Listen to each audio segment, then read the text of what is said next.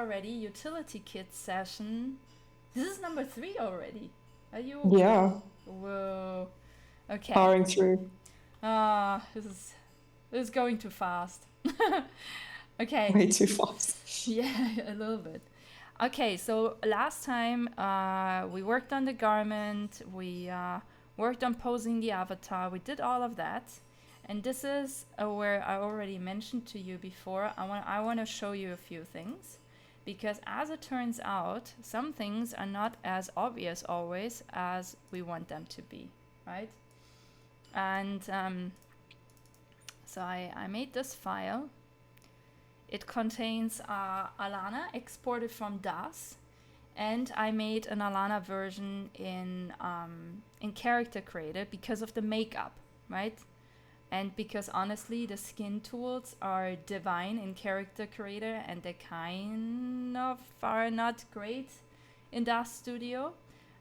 So everything when it comes to, you know, how the skin is textured, how the eyes reflect, right? All of this, it looks just so much better when you use Character Creator compared to DAZ. But Character Creator is fairly expensive, and especially when you're trying to get started with this, right? It's probably not the best tool to use, is what I'm trying to say. Yeah, so this is loading, hopefully. I didn't know it existed, so that's quite cool. That's an option. So sorry for showing naked people, but you can see, right? I made some gold freckles, and you know, wanted to add these like golden placements, right, that we put into the mood board. And you can see, you know, how nice the eye looks, right? It looks really nice. And the whole skin looks like so much more believable in a sense. And then, you know, you have her version from DazStudio, right? Which is, it's not terrible. I'm not saying it is terrible, right? I'm sorry. I have to scroll through the hair. It's not terrible, as you can see, right? But it's just a different level of quality. And I really wanted to use this one, right, compared to this one. So the problem is that so usually you can just take the textures, right, and just link them and you're fine. But the problem is, if you look at these UV maps that define where textures are being placed, this is how the skin is or how the head is unwrapped for a character creator, Alana, right? And then look at this, how it's, and then it isn't. Damn. Wait. Are you sharing screen? And see how differently it's being unwrapped here. So, okay. Oh wait, you're not seeing anything? Shit. Not yet. I'm trying to see if maybe it's on my side. No. Oh wait, there we go. Yes. I'm so sorry. I'm so sorry. I wasn't realizing. Oh, there we go. Thank you. So you have this is the unwrapping of the DazStudio avatar, right? This is how the face unwraps, and it only really goes underneath the chin, I want to say, right? But then with the other one from Character Creator, it goes until the back of the head, right? And until essentially the base of the neck. So the unwrapping is super different, so I cannot link the materials from one character to the other. So then I was like, okay, fine, we don't have to do this. I can also just, you know, use that pose and put it on this one. And this is a process where you use a bunch of different tools. One of them is called, it's called 3D Exchange. It's also a Reallusion product, but that is actually an affordable one. And so I exported the pose, you know, and imported it here. And then what you have to say in order to export it as a pose again is all the alarms that are showing up now, I have to confirm with yes. So I'm saying yes. And yes. And again. Yes. And it looks good because this is roughly, you know, what we expect her to look, even though she exported without the morphs. Morphs means, Morphs means with, defining body shapes attitude. So, for example, original Alana has a much bumpier pupil, right? This one doesn't have a very bumpy pupil. But okay, this is just for the motion, so it shouldn't matter too much, right? So we go in here, and you can already see how this is like all sorts of wrong, I believe, looking at this. So for some reason, the pose doesn't really confirm within the exchange tool. So it didn't really make a lot of sense to try and export it. Also, all the upper movement we had, it's all lost. So I wasn't feeling really good about this, let's just say. So instead, I want to try something that is a little bit tricky and takes a little bit longer time. But I think once we get there, it should be working fine. Which is the Rococo retargeting tool. So you can retarget one armature, so one bone structure essentially from one body to the next body. So instead of using this avatar, right? Instead of using this avatar, we would try and get that position onto this one. But it's just you have to go through all of these different bones and reconnect them. That would be one thing to try.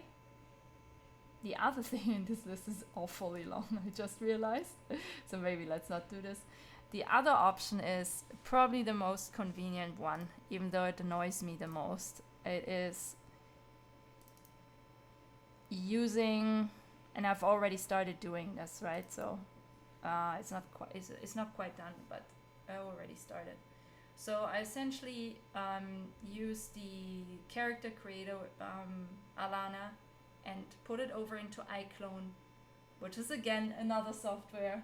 It gets really confusing. Like, I'm telling you, avatar creation is the most insane workflow ever, and it's also the most buggy one. So there's always something that doesn't work.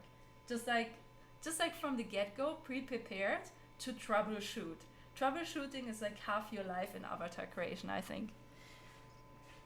Very complicated. Sorry, don't want to be discouraging about it, but it's annoying. So yeah, I already started this, as you can see. The idea is essentially to... Oh, it's still loading. So this is the character creator, Alana. I pushed it over in iClone, which is fairly easy to do because they are made by the same software company. And then essentially just reposing her in here, right? Using the same pose and everything. Then we have to kind of like redress, but whatever. I think that's the most reasonable solution in the term of like time efficiency, and often that is what matters. So I think we're gonna go for this one. But nonetheless, I wanted to show you what you sometimes have to deal with. I totally get it. I mean, that iClone looks pretty cool though. Like, she looks super smooth, and I mean the details are quite nice. Yeah, I think so too. I think it's worth it. It's worth redoing the posing, I think, at this stage. This is why we're doing it, because it's really worth it. So that brings us to point number 2 on the agenda today, which is the outfit. So as we discussed over the last week, there were some changes, right? And I hope you feel really comfortable with them, because I was not sure, but I hope you like it. If you don't, you should tell me now. It's fine.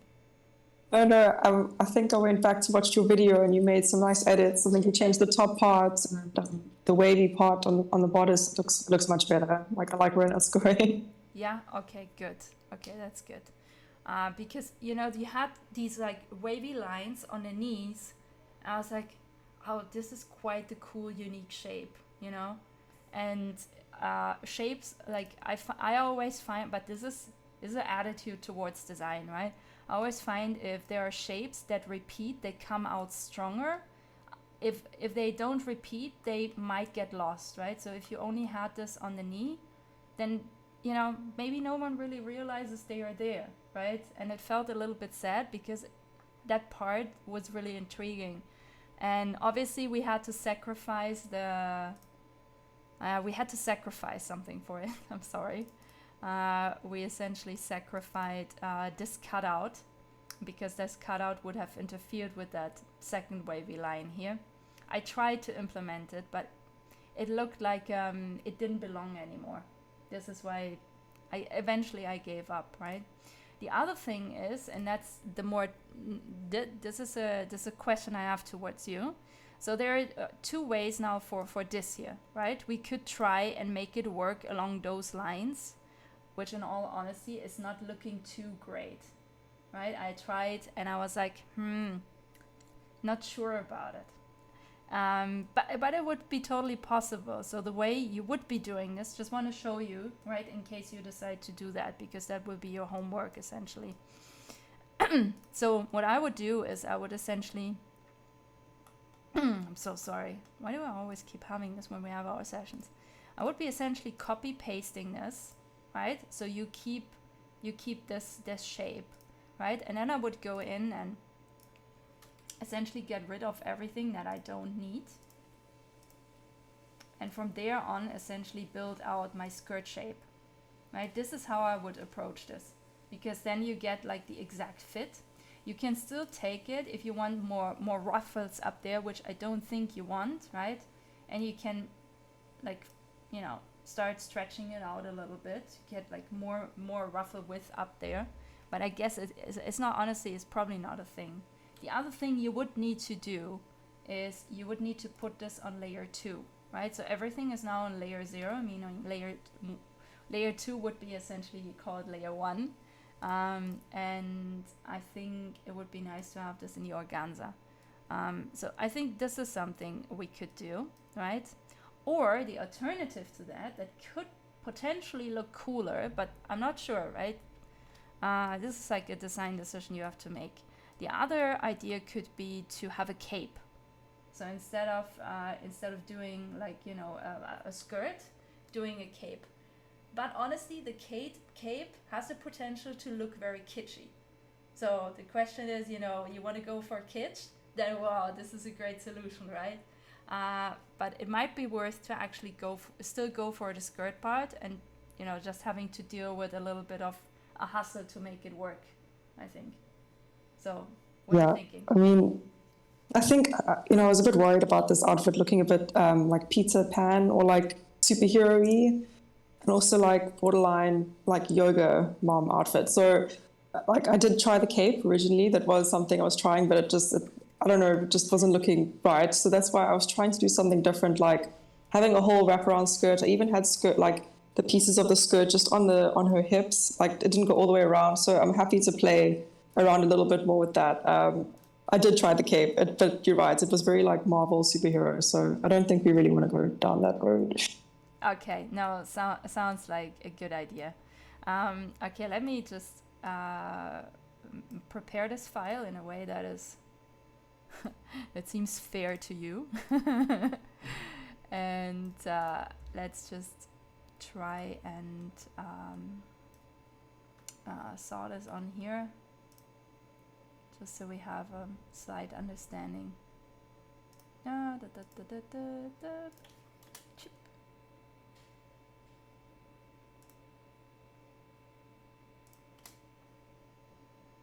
Okay.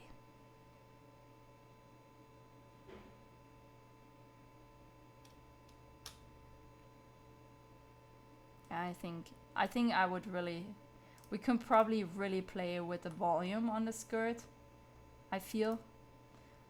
Maybe also making sure we have a split here and turning this into the omnipresent curve point.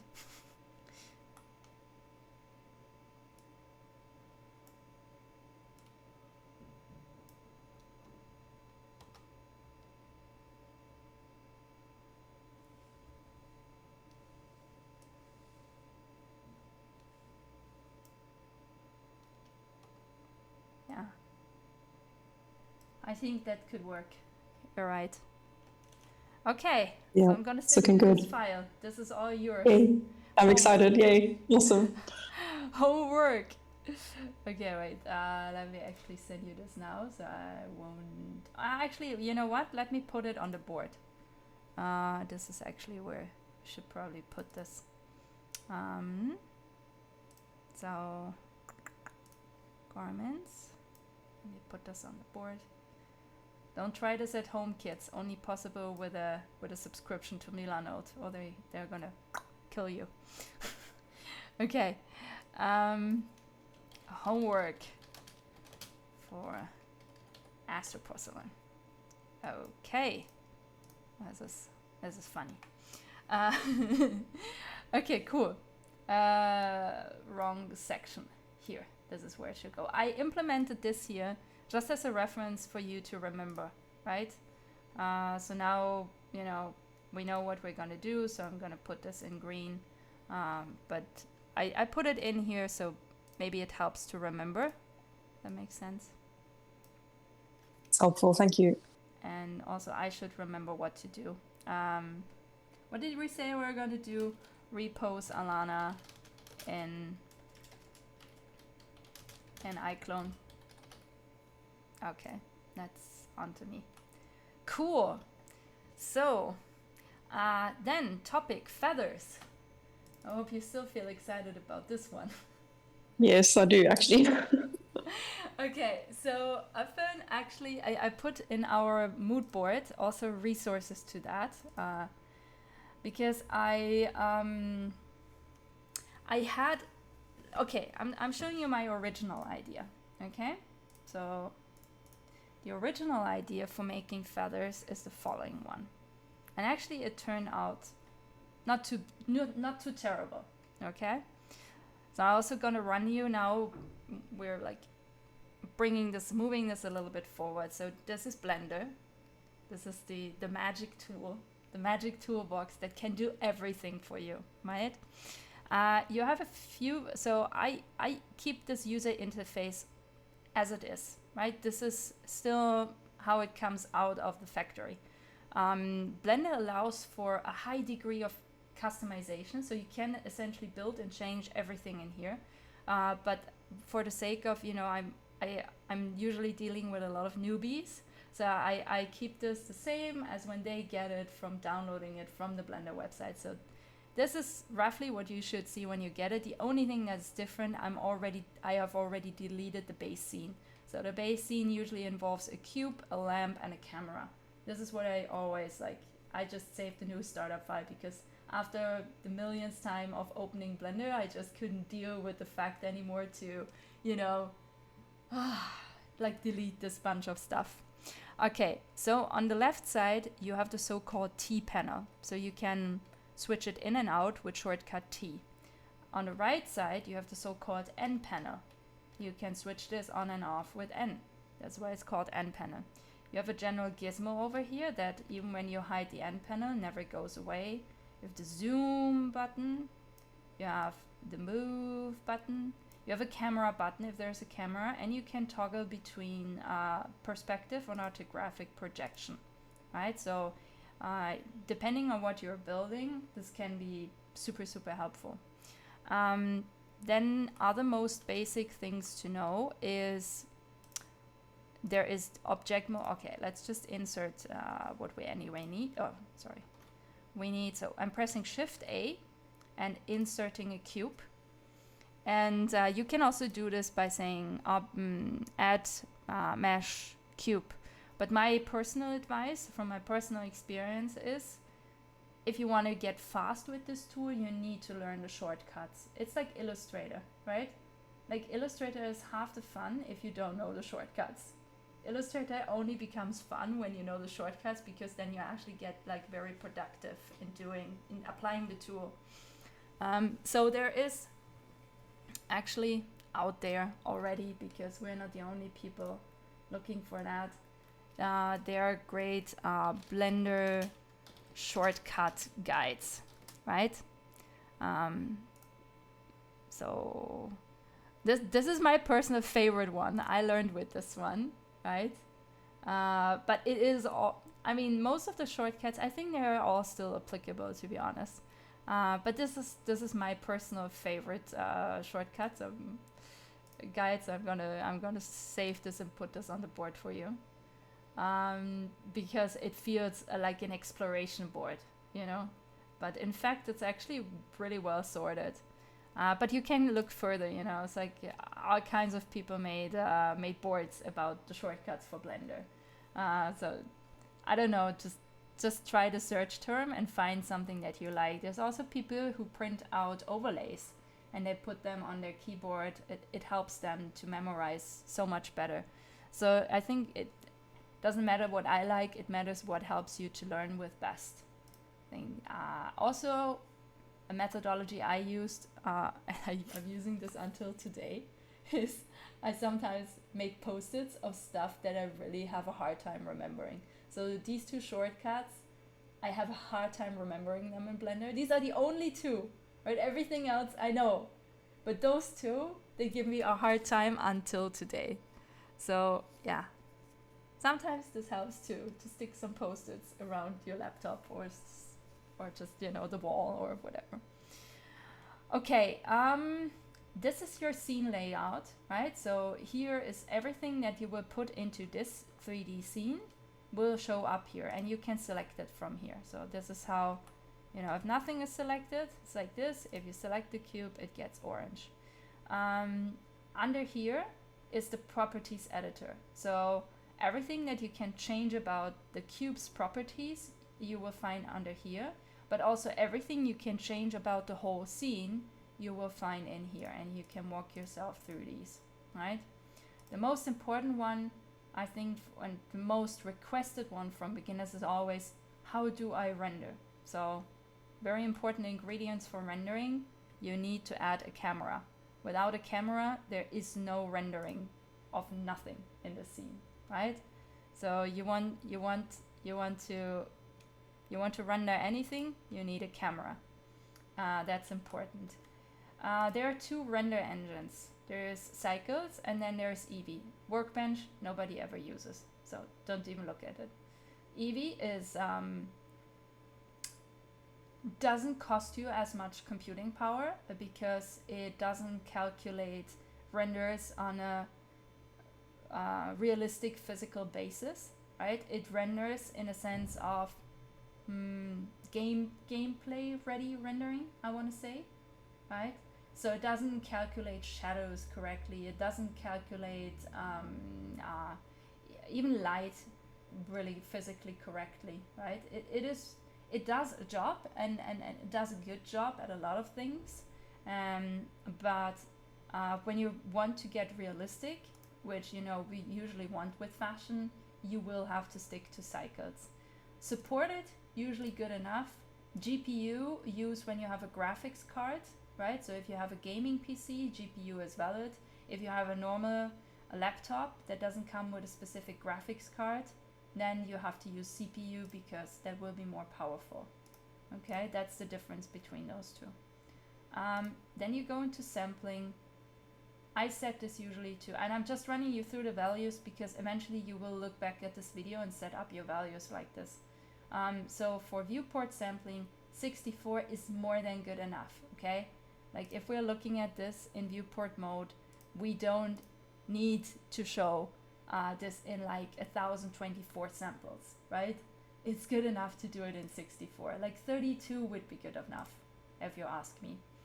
I turn off the denoisers. Denoisers work best with an NVIDIA graphics cards. I have one, but I don't tend to like it a lot, so I don't use the denoiser, but feel free to use it, right? If your computer has the capacity, why not? Max samples for render, I usually stick at 128, maximum 256 samples. Again, it really depends what you're trying to do. Most of the time 128 will do the job just fine.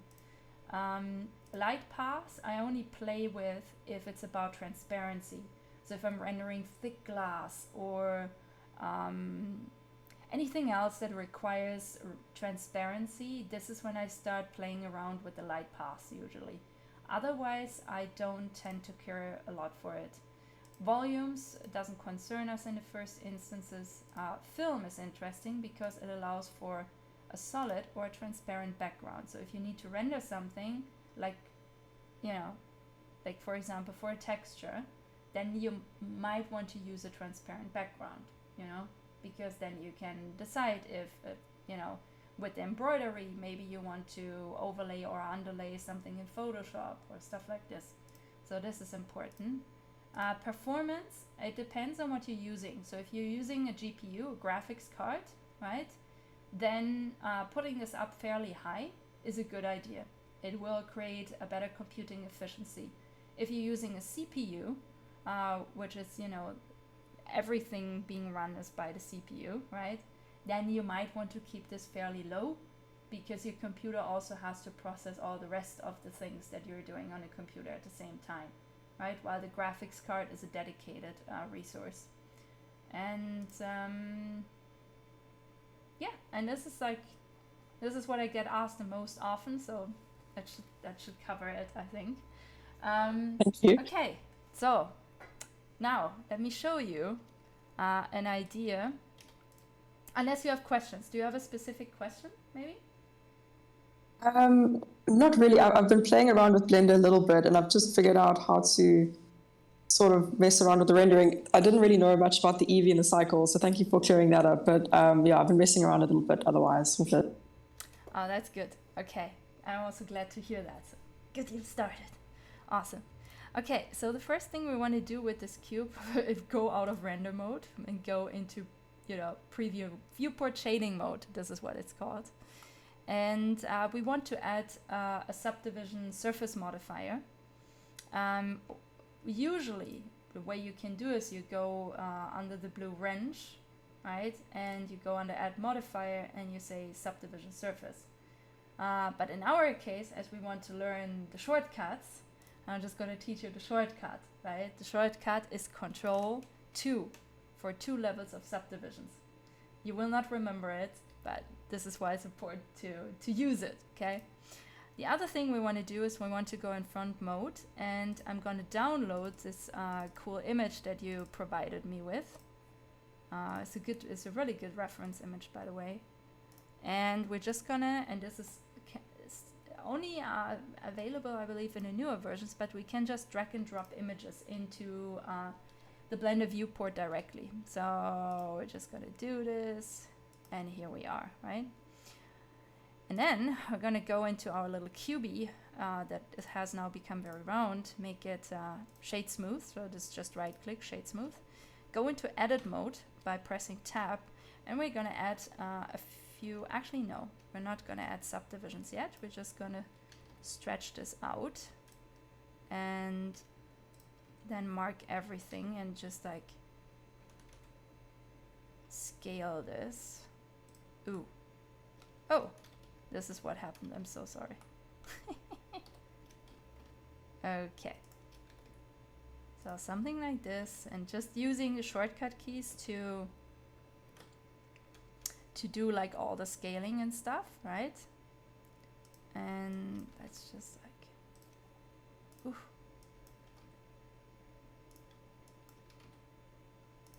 So something like this maybe, and making sure this is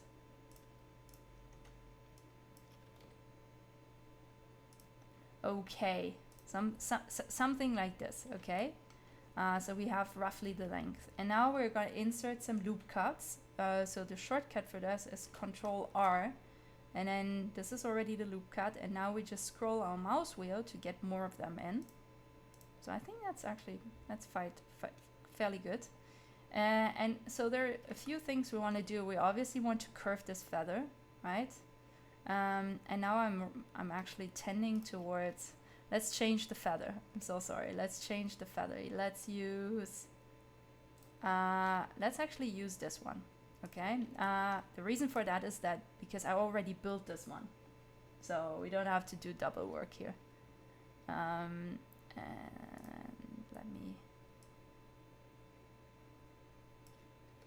let's get rid of some of them.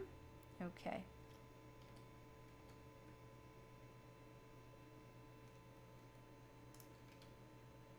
Okay, that's good. Okay, so what we want to activate next to get like this curvy shape is we want to go into the proportional editing tool, which you find here in the middle. You just activate it and you just let it be on the, this is the standard setting, default setting. So just smooth, nothing check, nothing, right?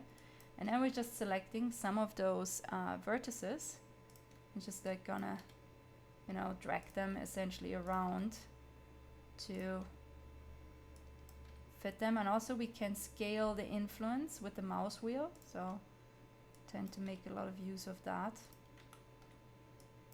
And I'm grabbing with G and I'm rotating with R. Those are the shortcuts I've been using here.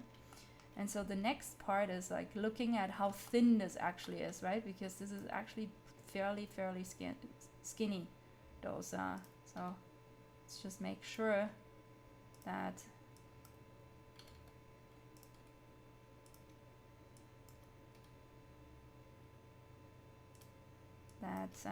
we scale this down accordingly. So yeah, a lot of scaling going on here. A lot of scaling.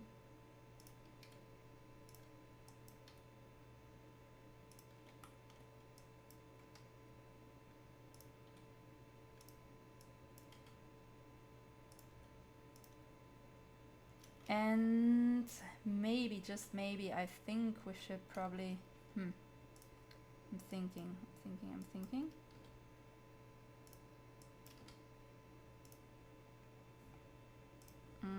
I think we're gonna do one more loop cut down here to get this like in a more, like this kind of format, I think. Okay, I think this is not terrible. It's looking good. Judging here. So let's make a new folder and call this feather 2 maps, and this file, let's call it also feather 2. Okay, no, here. Okay, so the next thing, and now it gets exciting, I promise. The next thing we want to do is shift to edge selection mode and essentially shift select the 4 edges that we are provided with, because we still have the subdivision surface modifier applied and I'm not intending on deleting it, right? I want to keep this as non-destructive in a workflow as I can.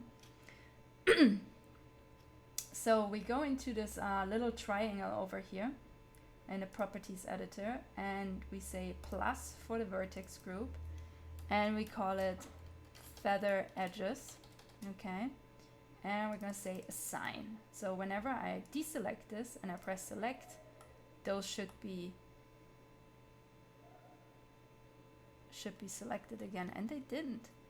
How dare it's not working. Alright, let me try this again.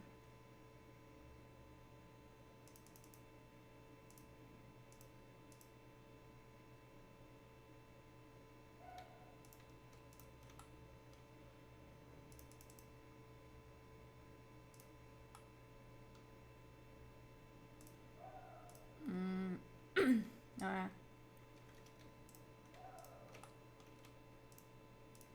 Okay, let's try this again. I think we have to live with it because it's been buggy since yesterday. Okay, so what we want to do is we go into particle system. We add a new particle system. I know this looks super scary, but it's not. We go into here, right? And then it does all of this. And you're like, what the hell? What is happening to me? Looks fairly insane, doesn't it? Okay, this is very RTT. What? Very RTT, very over the top. You're right. A little bit too feathery for our taste. So let's slim this down, right? Let's give this like I mean, we can do a little bit better, I guess.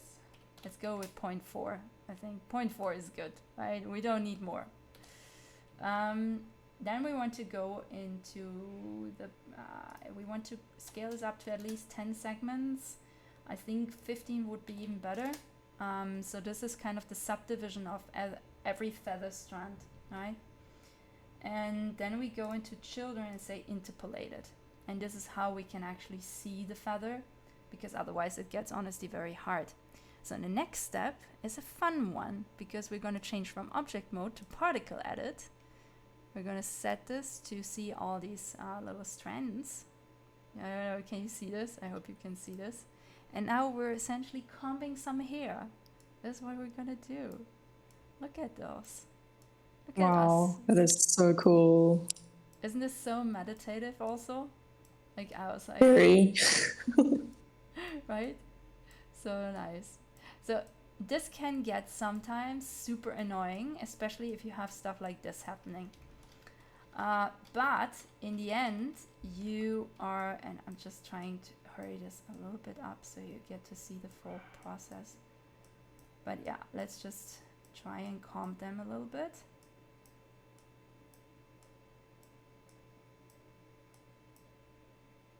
And I think we want to, so with the F key, I can essentially switch between different size modes, which is super cool. And then I can also, wait.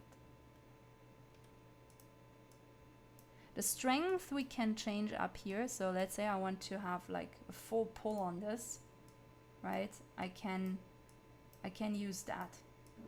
So like this, we can probably part some stuff better than if we're using only 50% of strength.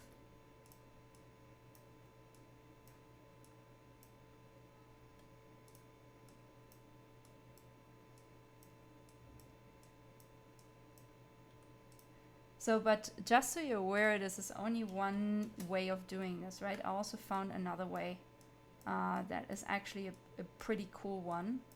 So, but nonetheless, you know, I wanted to show this one because this one is probably easier to achieve in the beginning than the other possible route. But I will show you the other one as well. So there are options because we love options.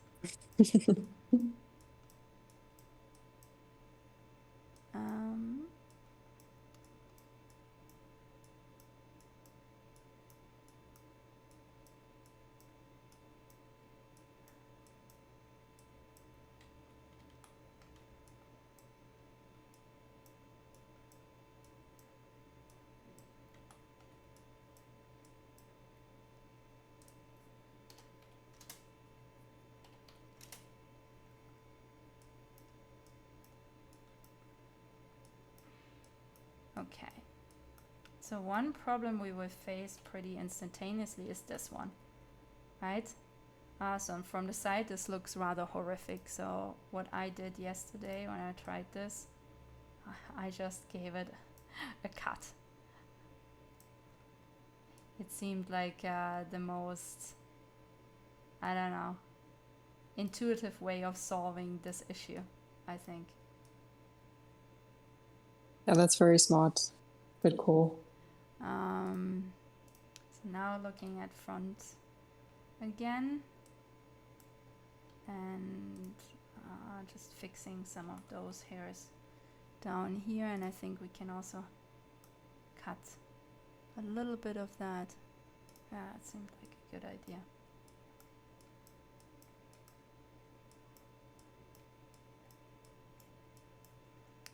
Yeah, so you, as you can see, you can play around with this forever, but it's not what we're gonna do.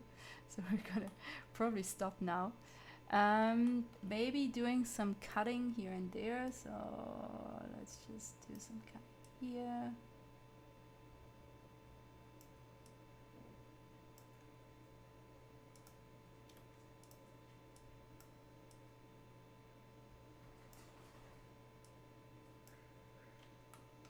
And you can also grow hair. So for example, if you need, you can add hair, that is this one. You can smooth hair, and I think this is how you can change the length. So down here would actually be cool, you know, to have those chunks a little bit longer. So it can be done quite easily, which is really nice. And then here and here, I think.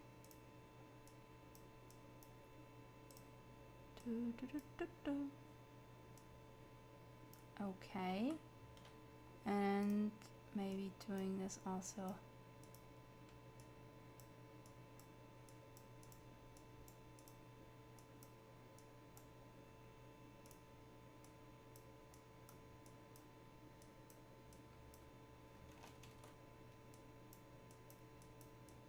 Yeah, so maybe ending up with something like this, right? Which is obviously, I don't need to tell you it's not perfect, but it's a starting point of some sort. Maybe going in here once more and just like shifting some of those, I think.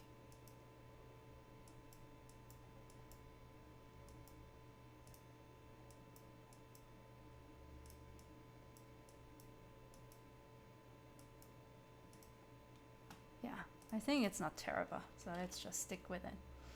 Okay, good. So next thing we want to do, right? It's not terrible. I think so too. So now it gets really hands-on. I'm sorry.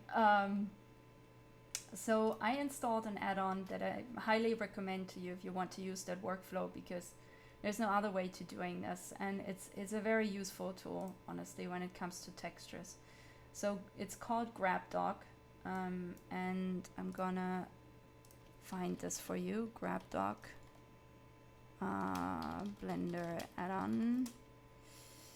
Let me think. Yeah, it's on. So ideally, you buy your Blender add-ons. I tend to think the nicest site on which to buy this is Blender Market, because you then have it all together. And as you can see, it's not an expensive tool I'm trying to sell here. So it is an affordable tool that will save you a ton of work, honestly. And what this tool does, it can bake out so-called height maps and normal maps. And those maps can then be used in Substance Designer to create textures. So that is essentially the use of this, right?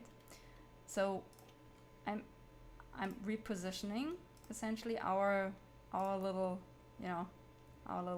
feather on here, so we can bake it out. And the way to do this is, first of all, you need to select a path. Honestly, for me, it only works when I do this on the desktop. So feather 2, okay, this is the new path on desktop.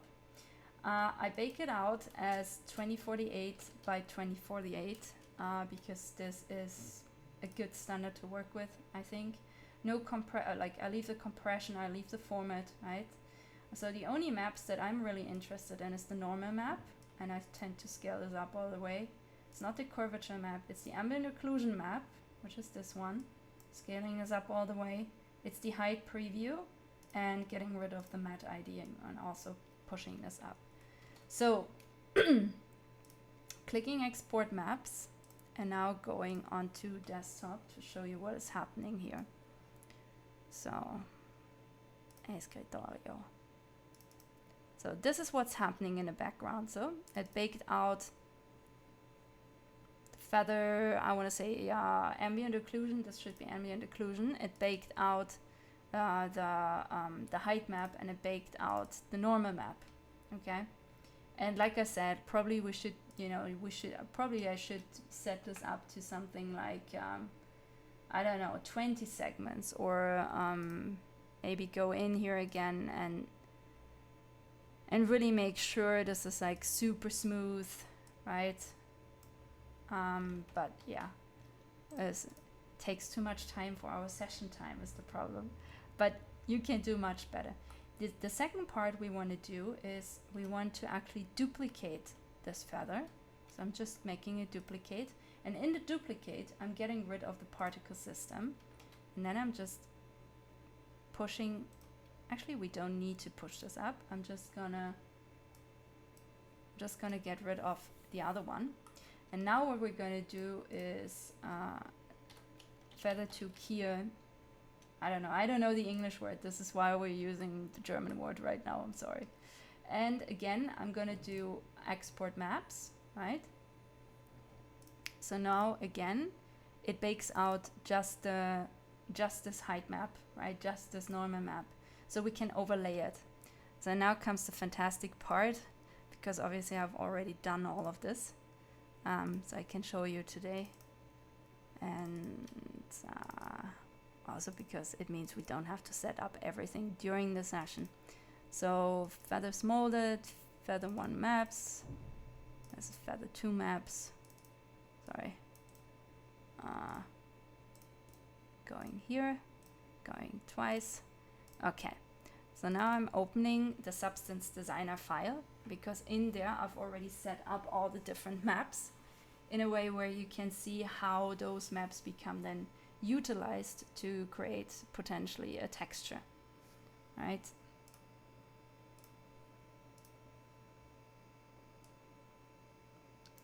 This is the feather I made yesterday, obviously, but this is essentially how it looks like if it's just a texture. And I thought, hey, this is actually not so far from what you wanted. It's really good. To that, I'm also going to show you the alternative to that, right?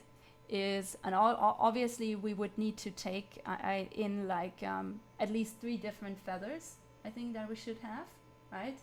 And then we should create a generator in which the feathers are being overlaid, and you know, it makes sense, and maybe they're stitched on a, you know, nude colored tulle layer, something like this, you know, something couture-y. But just to show you the alternative to that, which I haven't finished yet, by the way, because even for me this was kind of a this was definitely or it is a challenge. It's not it didn't stop yet. So this is the alternative, right, in which you just need all of this whole graph, everything you're seeing here is just to make this one feather. That's intense. Oh my goodness. Jeez. Seeing your face is priceless, by the way. You're like, oh, fuck. Yeah. Wow. But, and here comes why this is, you know, usually you would say, oh, hell no. Like, why would I even try and do this, right? So here comes the reason for it. The reason for it is that you can, this is a true generator, right? So you can change every single aspect in here and get a different result, right? So you don't have to model a ton of feathers. You can just generate a bunch of different feathers afterwards and use those, Okay. right? So that is the advantage of doing it this way. You end up with more work in the beginning, but you're ending up with more versatile results in the end.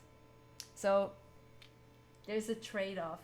You're free to decide which one we're using, which one you like better. This is the one we're going to use because I'm going to anyway finish this tutorial.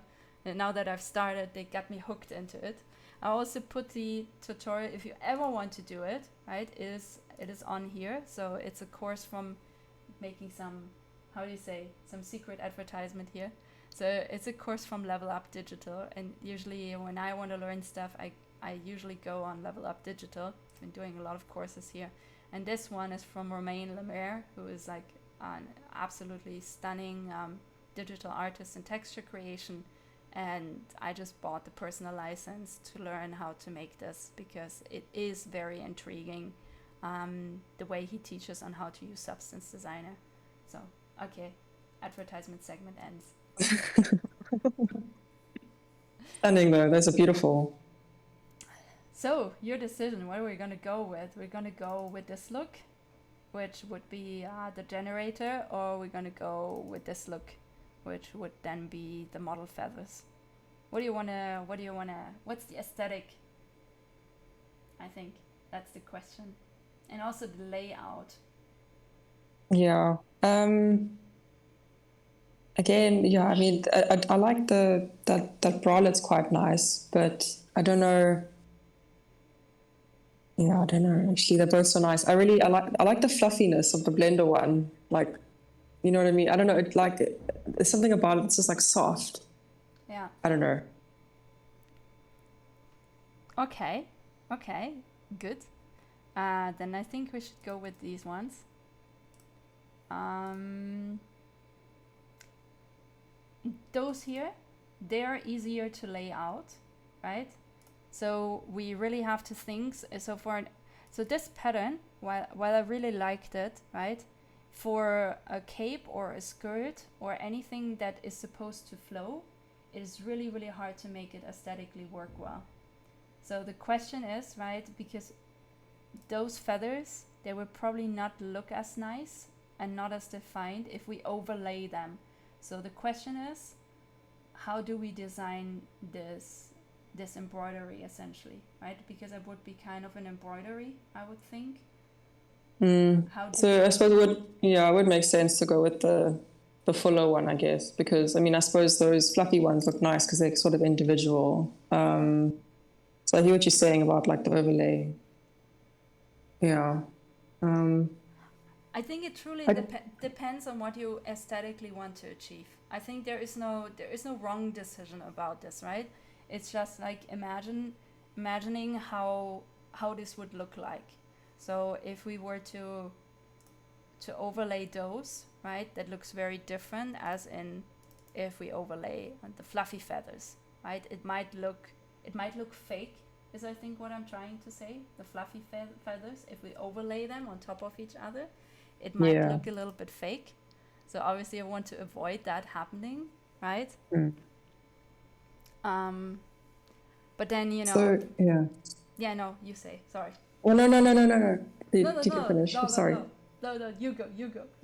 I was just thinking, like, instead of doing, obviously, the original design was like the whole cape, like super fluffy and stuff. So maybe it's just worth like, just like the top part, like of the, like it sort of fades out, like to have the top part sort of like quite fluffy and then it sort of fades out at the bottom. I don't know. I'm just trying to rethink of it a little bit. Like, I don't know how I'm explaining it right, but I don't know if we're going to do like the whole cape super fluffy. I don't know. Oh, I mean, yeah, we can. Okay, got you. I mean, honestly, I mean, it's pretty wild. But there is obviously also the version where we can use the blender feathers and just put them down in a particle system on the skirt part. And it's probably gonna look very insane, I'm not gonna lie, right? Yeah, it could. Yeah. But it's also an option. But it will be very heavy on the computer, to be honest. It would be very heavy. Yeah, let's not. Okay, forget this thought. We will need forever to render. Forget the thought. We're like, no. Yeah, no, we'll kill your computer. It's probably not a good idea. I think so. Yeah, we might just kill it. It might end up doing that.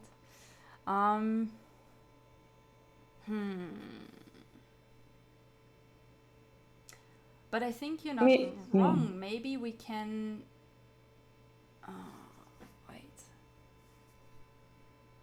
Wait. Okay, you had a thought. Go on, please. This is an open session, so.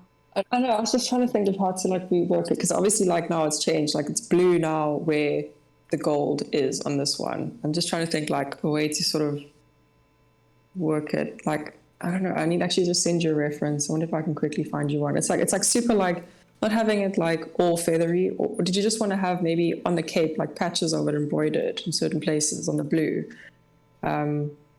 I don't know. That could be a solution. Also, I want to open this now and take.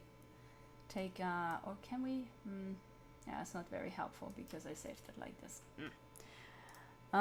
Let's look at some references, right? Let's look at some feather couture, feather embroidery. I think that's the keywords, right? Yeah.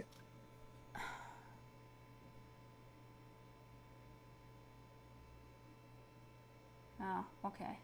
That's not helpful. Maybe gold.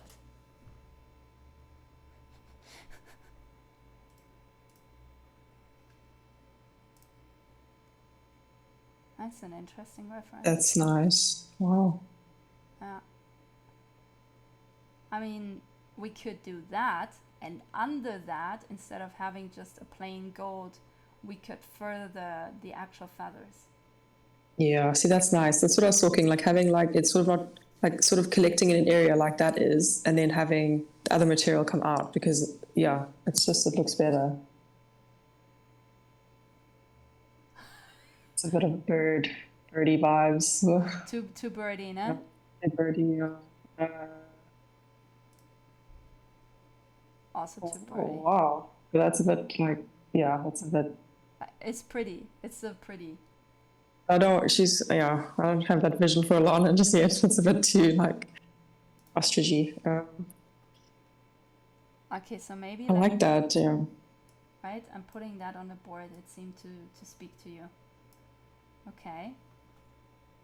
Maybe let's find something else for like technique. No, no, no. Here.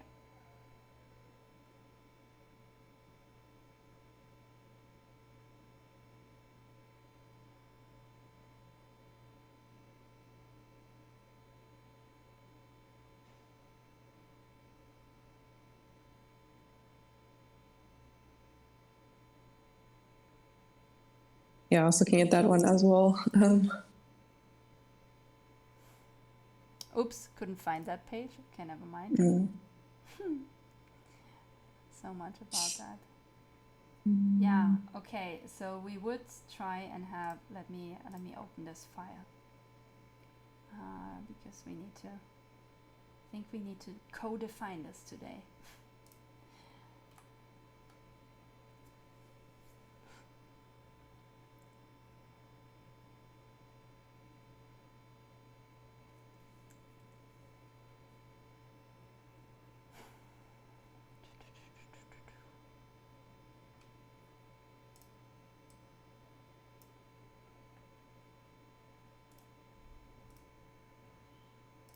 Unfreeze. So I'm just gonna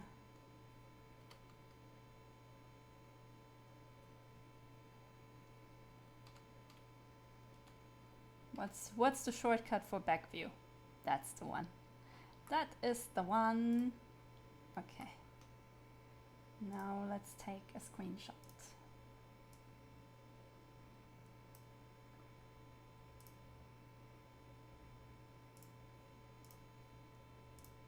And let me put this on the board.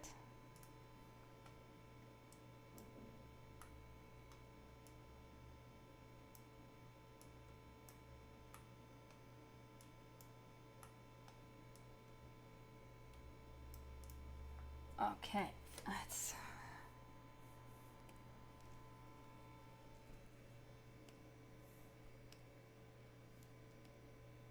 okay. Cool. So the idea would be to essentially start with like smaller stuff here, right? Yeah. Maybe only until there. Then go like one layer bigger.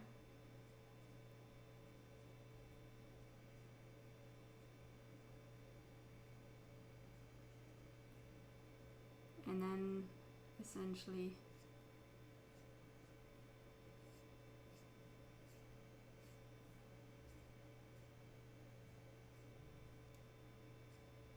while keeping this consistent, right? And not have the full skirt like this, but rather like in a shape that goes like this around the skirt, correct? Yeah. That's nice. Okay. That might end up in manual layouting. It might end up in that way. But I think we can do it. The question is, honestly, thinking right now.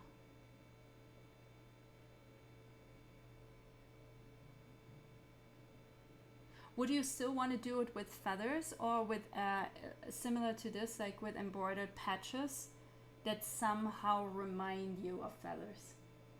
Yeah, I love embroidery, so that's also stunning. Right? I mean, yeah. I think so too.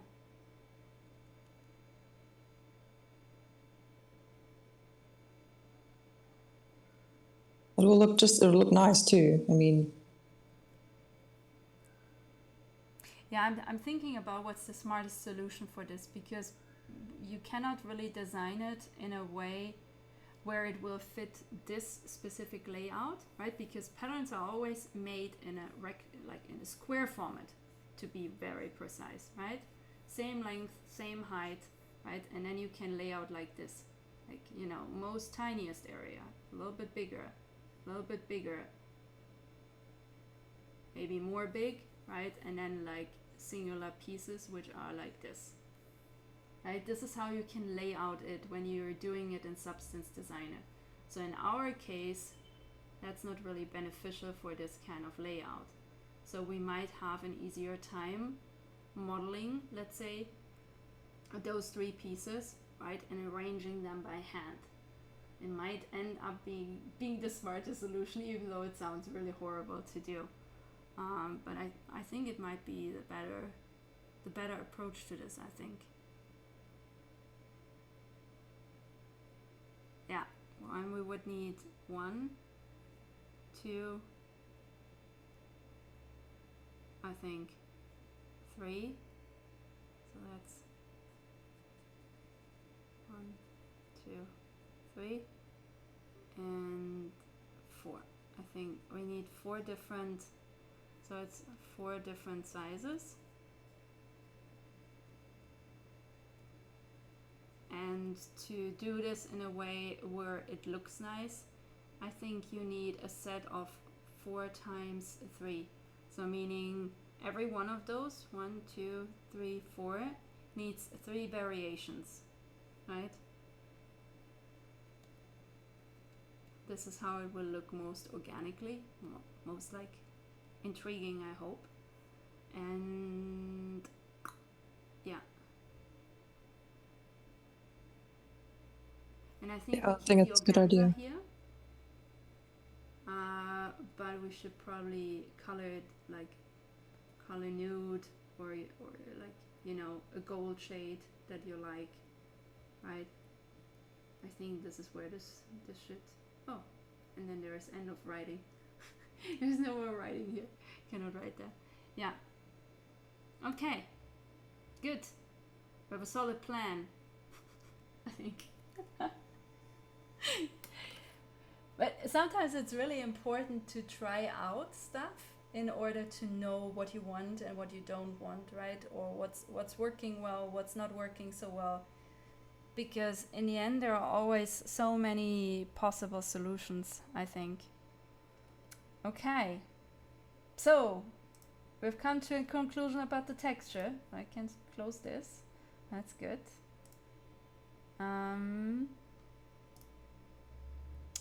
And that brings us to the next point on the agenda. You're like, oh no, there are more points.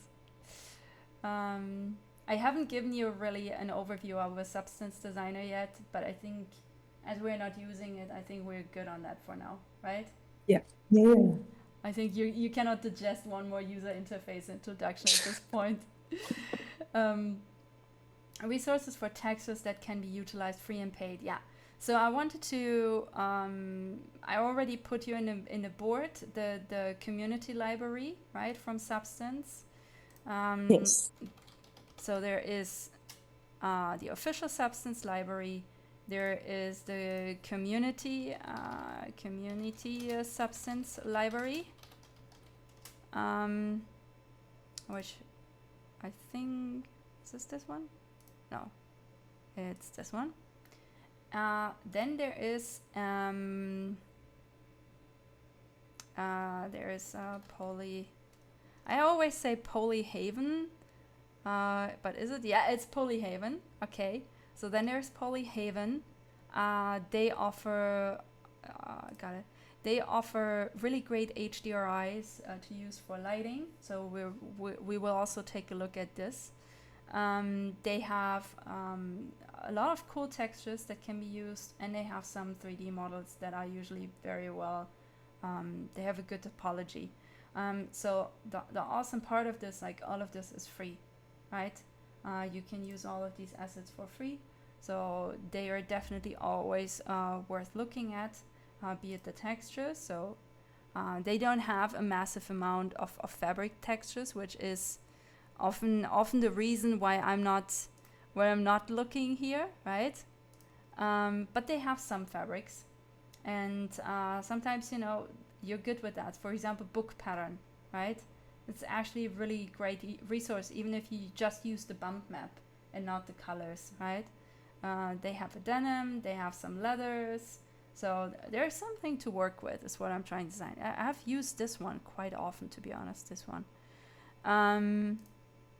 Then in HDRIs, they have so many. So I was thinking, since we know pretty well how we want, you know, our lighting to be, right? We already decided kind of like for this kind of mood.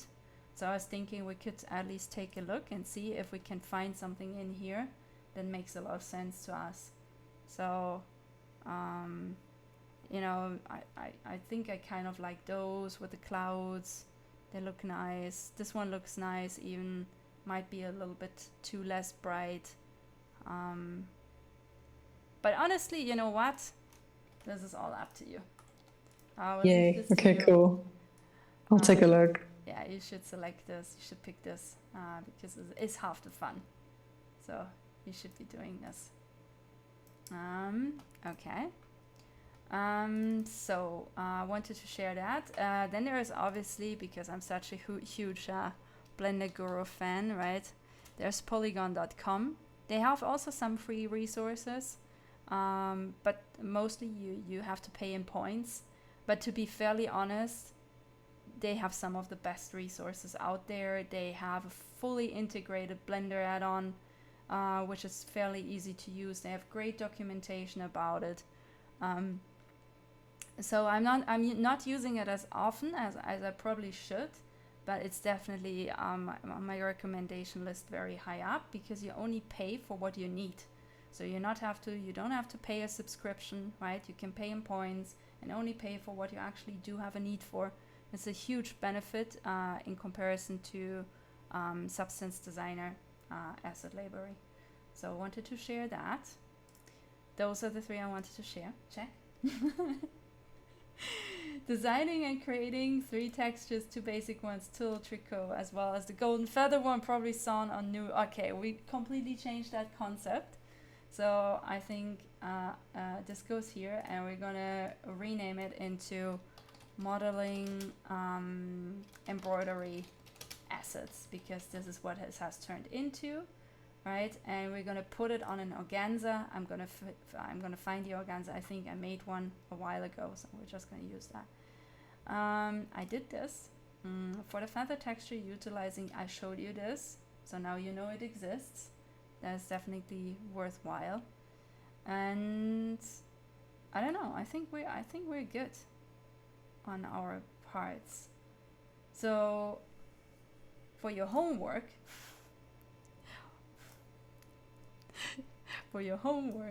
okay, find a good HDRI. Okay, that's one of your homeworks.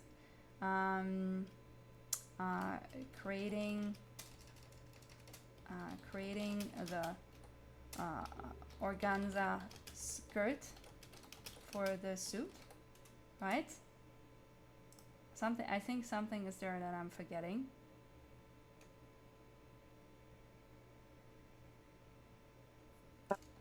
We're not aware. What else was there? We're not aware of what I'm forgetting. It'll come back. What else was it? There was something else. Oh, you might have to redress Alana, because now you will get the new figure. So you might have to do a little bit of fiddling, but it shouldn't be too bad, to be honest, because they are the same size, right? The size doesn't change. What changes is a little bit of the body shape, but maybe it will just fit well because I gave it a jersey knit.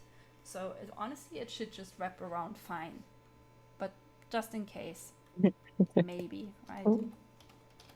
Maybe redress Alana. Okay. Aside from that, I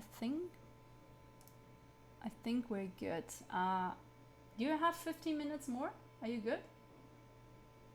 Yeah, I'm happy with the feathers. I think that was my biggest concern, like coming in, because I was thinking like how would we use them, and if we're still going to put them on the skirt. But I see how everything's sort of been rejigged, so I'm like much happier with where it's gone. So thank you. That looks like way better.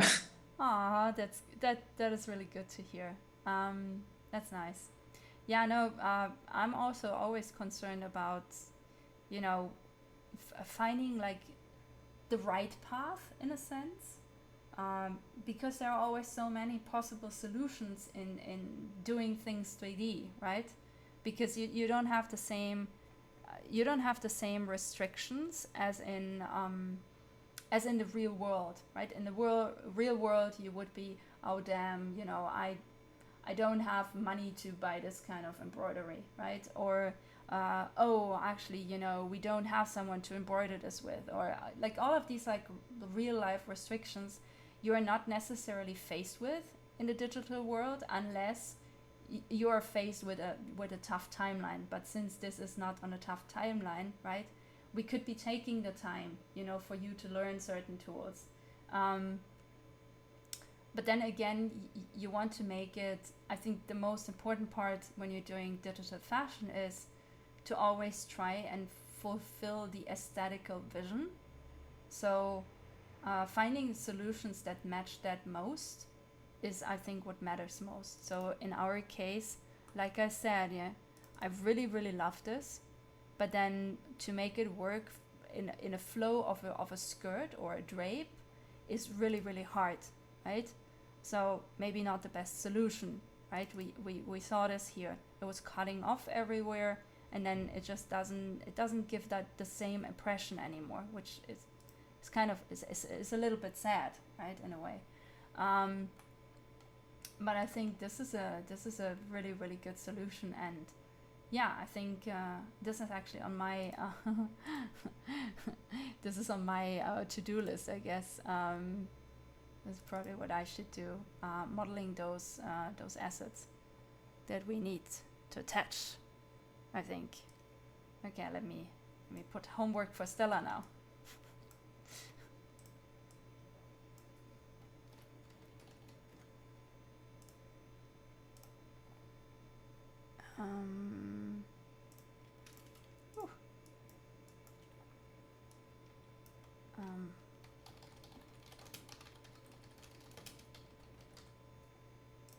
Yeah. And you know, again, we could, you know what, we're gonna do this. We're gonna do this the smart way. That solves us a lot of pain. So first I was thinking we do these embroidery patches, right? And we just model them. And then we have like all of these different mesh parts that essentially we need to, you know, we need to fiddle around and make them fit to the skirt and all of this. But now I was like, no, we're not gonna do this because we're smart people. So we're essentially just making the whole patch, but then the embroidery we still do in Substance Designer because it's so much easier to do. And it will save us a lot of headache in the, you know, the assembly process. So I think this is still the way, it's probably still the way to go. And creating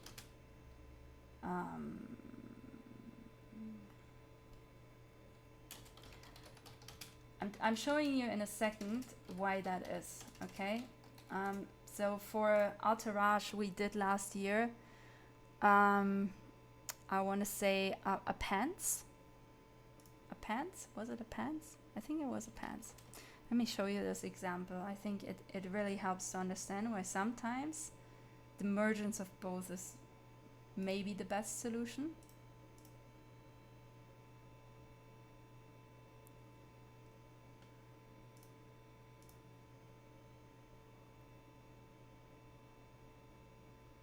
So I did the texture for this pants, and I know it looks like it's modeled, but it's not modeled, right? It's really just a texture. And in order for us to produce this kind of layout, we had the same issue, right? We couldn't produce this specific layout in just like, you know, a square pattern. So what we did is we exported And this is what we're going to do. We exported the UV layout, right? And arrange the pattern around that UV layout. This is how we're doing this. We're doing it this way. It looks really good though. I mean, that's incredible, those pens. Thanks for liking it. Yeah, it turned out, I mean, there are like 1,000 things I would do different now. This is the entire sickness of being creative, right? You're always like, oh damn, now I would do this so entirely differently. But it's still a good way of showing, you know, this, you can do very specific layouts, right? And leaving very specific parts free if you're gonna do it directly layouted on a UV map. And this is what we're gonna do because we have a really great UV layout thanks to Marvelous Designer. So we're just going to utilize that. That's how we're going to do this. It's going to look good. Yeah. I'm excited. Me too. Okay, so first step is you making sure the garment is on spot, right? Me making sure I do the reposing and eye clone. So this is my very urgent one, because then I'm going to send it to you. You refit it. Probably not a lot to do, but still. And then from there we're going to do the texture. This is how we do this. This is how we do awesome. it. That's how we're going to do it.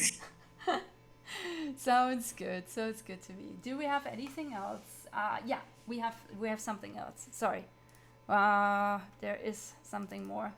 I wanted to show you one more thing today, and then I'm gonna let you go, which is the block out stage of creating a scene.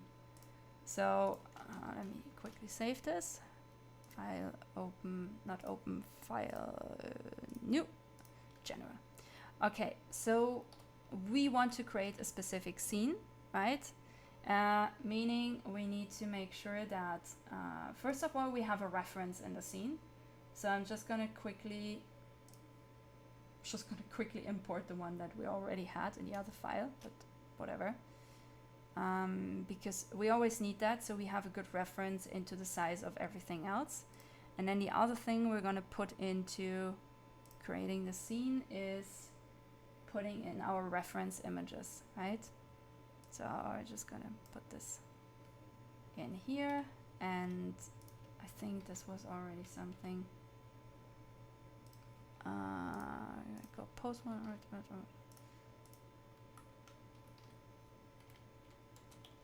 So let's just say this is our Alana girl, right? And now we want to add a scene to it. So we need the reference. We have her, that's our reference, and we need to put in some of the reference images, because it will get so much easier to do all of this once this is in here, right? So I think probably to keep this still epic enough. I don't know, what do you think about this size? Bigger?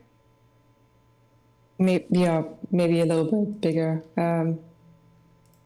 Like this? Yeah. That's good. That's good.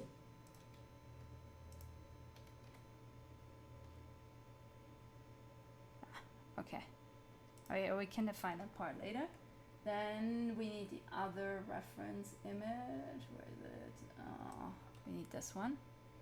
So this one is further in the back, right? This is like our... this keeps going to normal, so weird. Okay, so this is in the back, right? But this is the actual pedestal that she's standing on or jumping off from, right? So that should be probably somewhere here, and then this is probably somewhere here. This is how I do it. I know there are other people who are doing this very differently. So we already know a few assets we need, right? We need some columns, we need some like bigger and smaller stones that look like a little bit ripped off, right? And we need this pedestal and maybe some stairs if we want to. So this is kind of important to know, right? And the way on how to start doing this is just by using primitive shapes, right? It's good enough. Like you don't need to, in the beginning, just to block out a scene, just use primitive shapes, right? It's good enough. So we want to have this pedestal, right? So let's just say this is the pedestal. We want to have, you know, this pedestal under it, which in fact is a cube, right? So we're just going to post this here. We're going to duplicate this. I'm just going to make some columns behind that.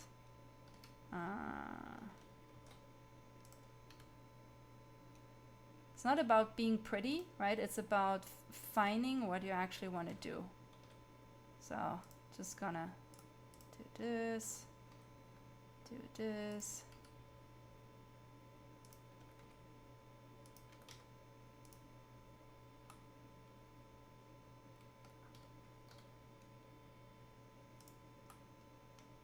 So you can tell I'm not doing a lot of like crazy stuff here. Yeah.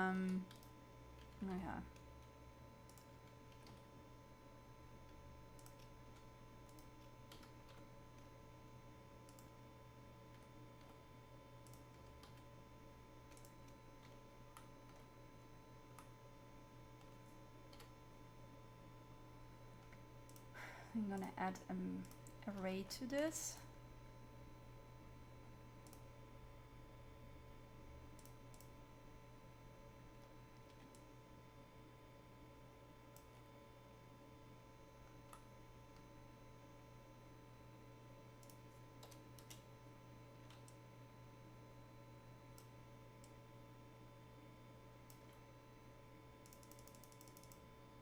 Right, just to get an idea. Like I said, this is not meant to, you know,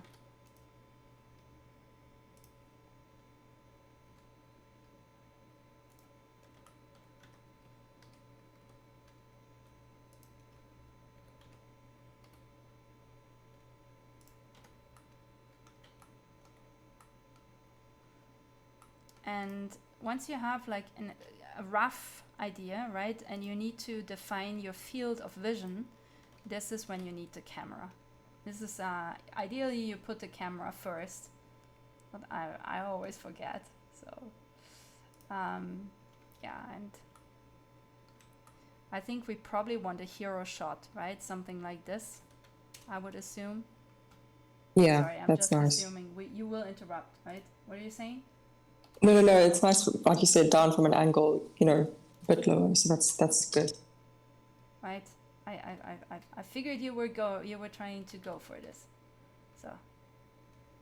Right. And oh, by the way, you can go to view, camera to view, right? And if this is checked, we can just move the camera from here.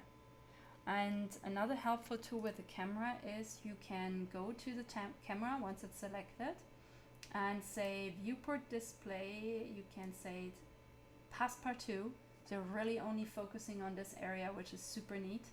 And the other one that I really like to use is composition guides. So it gives you like, I don't know if you can see this super well, but it gives you like composition guides within the camera. I find this is super helpful, because then you can really try and aim for good composition, right? So in our case, it would probably be nice to have her centered around, like, you know, like maybe do one shot that's a little bit further away, something like this. I don't know. Any thoughts? Yeah, the hero shot's nice when it's a bit out like that. She just looks more majestical. I like the way you've done like the stairs, like the different levels is really cool as well. Yeah? Yeah, like that angle shot, like that. Yeah. Okay, good. So let's leave it for now like this, but it also means we need to shift some things. Well, that was important to know, because then it makes a lot of sense, right, for us to shift some of this stuff around. This one is good, I think, the way it is, and we can even have like, you know, and this is when it comes really in handy that you can do this kind of stuff in Blender. So you can split the window, right, just by going into the corner and dragging this out. And if you want to get rid of it, you do it the opposite way. So you can keep one window split on your camera view and the other one onto what you want to do, right? So I'm going to upper perspective, right? And I want to have some of these like you know, broken thingies in the back. So just gonna, you know,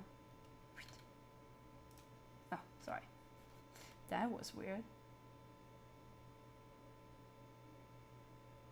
So yeah, something like this, and something like probably really far here, you know, and maybe another one that's like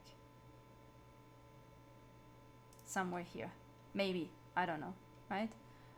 Something around this kind of thing, and then we can start building out the rest of this, I think, and also maybe adjust the shot again so we catch more of this part and not just a cut of this part.